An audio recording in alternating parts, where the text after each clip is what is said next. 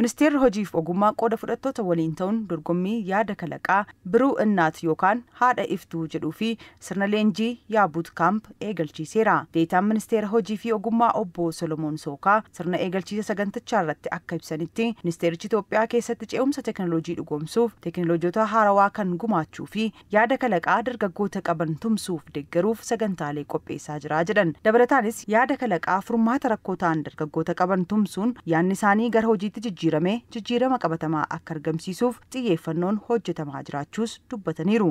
Dubartootni leenjicharraa beekumsa argatanitti fayyadamuun dandeettii kalaqaa isaanii gabbifachuun guddina dinagdee biyyaa itti fufsiisuu keessatti gahee isaanii akka bahataniif hojjetamaa jiraachuus eeraniiru.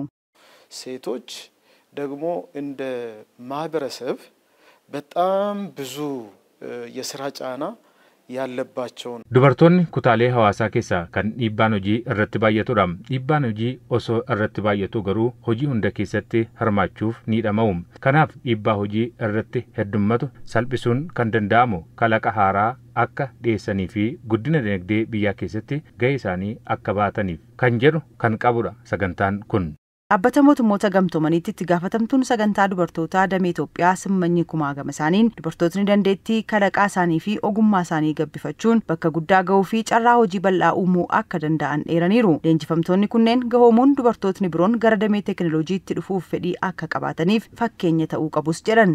እናንተ ደግሞ ተባብራችሁ ኢኖቬቲቭ የሆነ ነገር ለሌላው isin immoo waltumsuudhaan dubartii bira gahuu kan danda'u kalaqa haaraa yeroo fiddan dubartii birootiif carraalee adda addaa uumtuuf jechuudha. Kana qofa osoo hin taane dubartoonni isin ilaaluudhaan fakkeenya isin taasifatanii gara teekinooloojii kanaatti akka dhufanii fi karaa bantu jechuudha. Daantii itti aantuun baankii innaat adda Tigist Abaataa baankiin innaat dubartootaaf carraa liqaa argachuu mijeessuun yaadni biizinasii isaanii hojiitti hiikamee akka dhugoomuuf tumsaa kan ture ta'uu ibsuun gara leenjiitti kanneen seenan dubartoota yaada kalaqaa qaban yaadni kalaqaa isaanii gara hojiitti akka hiikamuuf baankiin isaanii deeggarsa barbaachisu hunda kan taasisu ta'us dubbataniiru.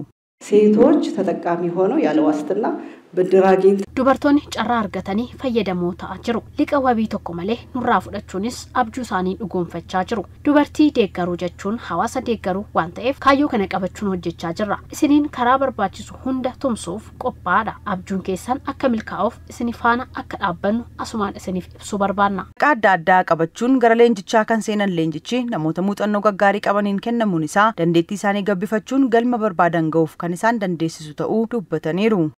ለሴቶች ብቻ ሴቶችን ፎከስ ያደረገ መሆኑ ደግሞ keessattuu dubartoota qofa irratti xiyyeeffachuun isaa walqixxummaa saalaa akka jiru agarsiisa. Dubartoonni hedduun yaada ciccimoo osoo qabanii carraa dhabuun osoo hojiitti hin jijjiiramin hafeera. Amma carraa akkasii argachuu keenyatti hedduun gammada. Carraan adda addaas nuuf mijaa'uun isaa gaariidha. በጣም የተማሩ ትልልቅ ሰዎች አሉ። ስለዚህ እኔ baay'ee namoota baratantu jiru. Ana bira yaadatu jira. Yaanni koo kun hojiitti akka hiikamuuf leenjii isaan irraa argachuun keenya carraa guddaadha. Muuxannoo gaggaaris irraa arganna. Yaada qabannee dhufnee hojiitti jijjiiruu ni dandeenya jechuudha. ሐሳብ ብቻ ስላለሽ መሬት ላይ ወርዳል yaada qofa waan qabduuf hojiitti ni hiikama jechuu miti. Kanaaf biruu innaat haala gaarii nuuf mijeesseera. Kun waan guddaadha. Nuti yaada keenya qabannee dhufne yaadni keenya hojiitti akka jijjiiramuuf leenjiin nu gahoomsuu fi haala nuuf mijeessuu qofa osoo hin taane hanga hojiitti jijjiiramutti deeggarsa waan nu taasisaniif kun carraa guddaadha.